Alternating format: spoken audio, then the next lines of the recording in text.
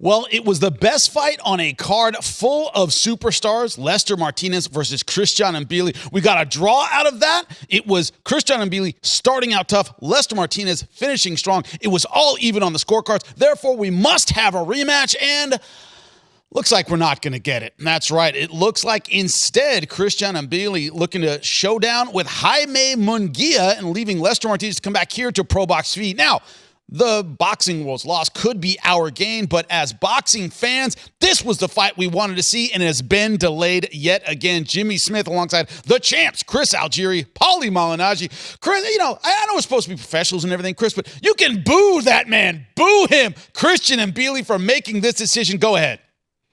Yeah, Jimmy, when you told us what the topic was for this episode, what'd you say? Tell the truth. Whack.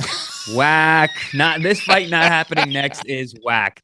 And listen, we were robbed of the fact that was a 10-rounder, not a 12-rounder, that first fight. Because we were robbed of 2 epic rounds, which probably would have given us a winner, because we had a draw in the first fight. But God, was that a good fight. Both men put on an amazing performance. I tip my hat to both of them. Super, super impressive. I think both of them showed things they had never shown before, and they did it together. Why would we not do that again? I mean, it just makes too much sense. And that's the problem with boxing.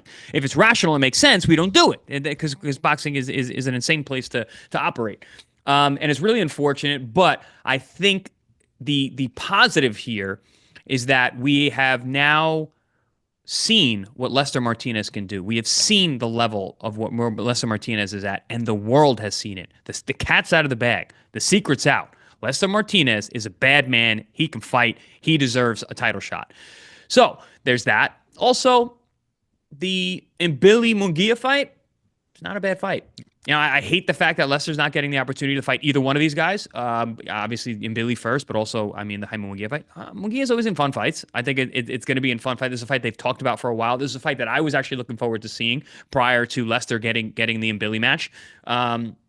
So you gotta. This is boxing. You gotta look for the good and the bad, because there's always going to be bad, but there's also always going to be some good. And you got to kind of sift through it. And we as boxing fans are we're like what is that called when when you start enjoying the punishment that your kidnapper is giving you. A little bit of Stockholm syndrome. We got a little bit of that. Stockholm syndrome. Yes. As boxing fans, you have to have a little Stockholm syndrome, because boxing beats us daily. But we still love it. We still come back for more, and we look for the good and the bad. But ultimately, the fact that this fight's not happening next with Lester and Mbilli is I'm stamping that 100% whack. That we got to give him a stamp and put an audio on that. 100% whack. All right, that's right. That's how Chris sees it. But Paulie, what's your idea of this thought of Munguia versus Christian Mbilli in a vacuum? Isn't necessarily a bad fight. It's this idea that Lester Martinez isn't getting the opportunity he clearly deserves. Yeah, for the benefit of Lester here, especially the pro box fighter, yeah, we're gonna complain and say all these things. But let me tell you something, business wise. This rematch actually gets bigger, because Mbili's not necessarily avoiding it for good. He's avoiding it until later, and maybe Mbilli beating a Jaime Munguia, who is sort of fading, but is still an ex-world champion, now makes the rematch with Lester even bigger, because now, in the meantime, Lester, I think, will keep on his momentum, and Mbilli will keep gaining momentum. It'll be a more anticipated rematch. So, we can also have an optimistic view of things instead of a pessimistic view of things, because let's face it, unlike a lot of other guys in the sport, these guys actually did fight each other. They gave us a great fight. Yes, we want to see a rematch, but they went at each other at a time where, again, like I always say, guys, they were ascending fighters. They were guys who have not yet achieved the expectation of them. So everything's in front of them. They're at their most hungry. They're at their most savage, and they fought at this point. So you got to still give them credit. So the rematch being there is, yes, one of the reasons is because the first fight was so good, because they fought at the right time. But second of all, you can still manipulate it in a way where you can make the rematch even bigger, as long as you don't wait too long. And I don't expect these guys to wait too long for this rematch. I just think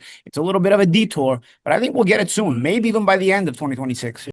In the wise words of Billy the Kid, there's many a slip between a cup and a lip. That's the problem, Chris, is this idea. And I understand exactly what Paulie's saying. And all right, they both get a fight in the meantime. Let's say Christian Mbilli comes out on top.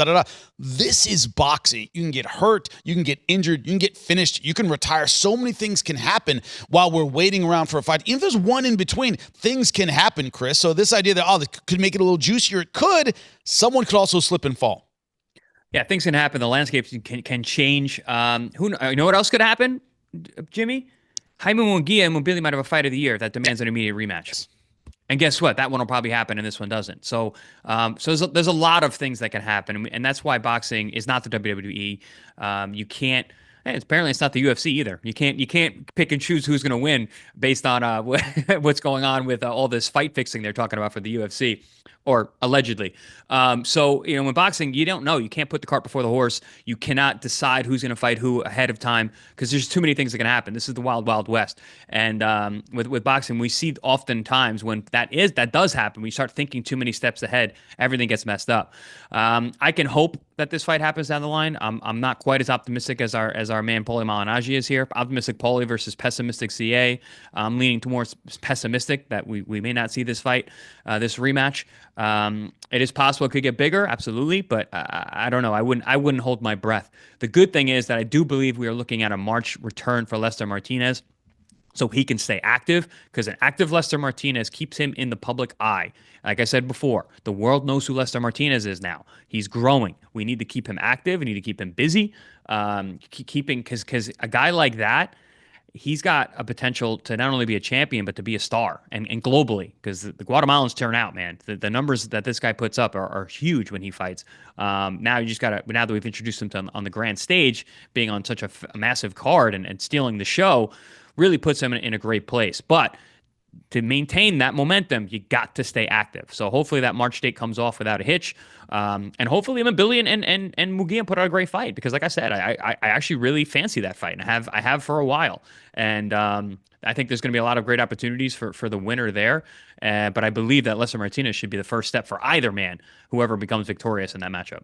Well, let's. So in terms of losing momentum, the only way I see this rematch losing momentum is if one of these guys gets beat. I don't see that. I don't see Munguia at this point beating Mbilli. Munguia a couple of years ago, I would have picked him over even this version of Mbilli, because I think he's a little bit more versatile. But I think this Mbili's got too good of a chin, too much intensity, and Munguia is a little bit slowed down. He's still there, he's still fun, he's still going to give it an effort. But I think Mbilli keeps the momentum, and I think Martinez keeping the momentum. I think the only way you don't have a keen interest in this rematch, and it doesn't raise the profile of the rematch, is if either of these guys has a hiccup or loses, and I don't see that happening right now.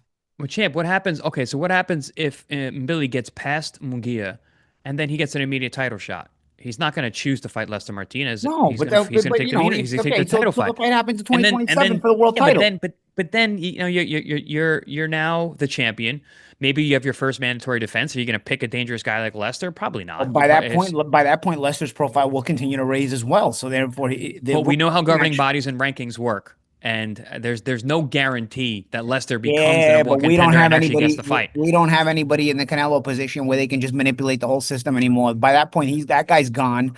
Who's going to be there? There's nobody in that position to manipulate the system. Pacheco's good, but he's not a huge name like that. He's not going to be a huge name like that. All these other guys that are in the weight class are not big enough. It's basically the same level as Lester, who can raise his own profile in that year and a half after the rematch. So therefore, by that point, there's potential for the rematch to be not only a world championship fight, but now it's even more anticipated. Listen, I'm going to go with optimism here.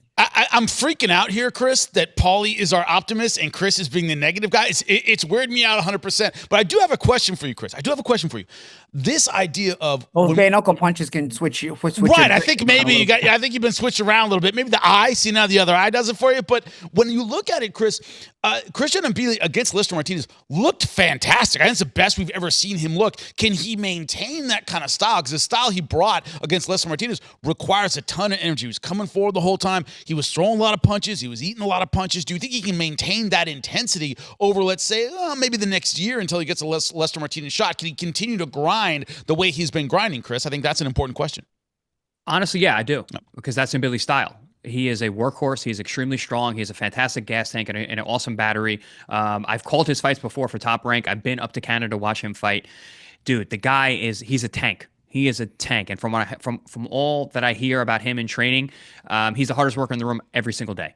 And, based on the fact of all that compounded training and all that intensity and the way that he brings it, I think that's just how he operates. That is his wheelhouse. So I don't expect that to change.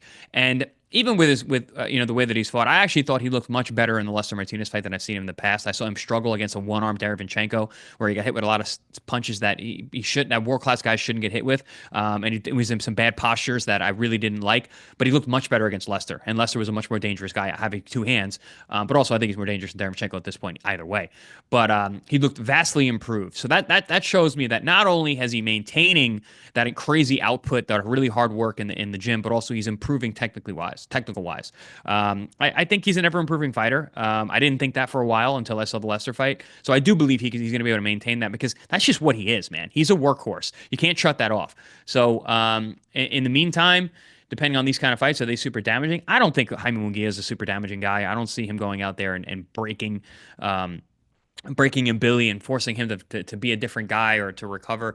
So I think the chances of him getting there and putting on a similar performance physically are there. Can he do it mentally and psychologically, where he has to go into that dark place again and dig down deep? Because to me, it looked like Lester Martinez was taken to a dark place and shown the light. Lester brought things, was brought out and really stepped up to the plate, where I thought that Mbilli was starting to actually fall behind in that fight. Does he want to go back to those dark places again? That's where the psychology comes into play. We won't know that until they fight. Well, hopefully it happens sooner rather than later, but we're going to have to wait for a minute. Lester Martinez fighting right here. Pro Box TV looks like March of next year to keep him busy. Stay tuned. Check out that fight and stay tuned to Boxing Scene Today for your boxing news. Tune in. Find out why millions are watching.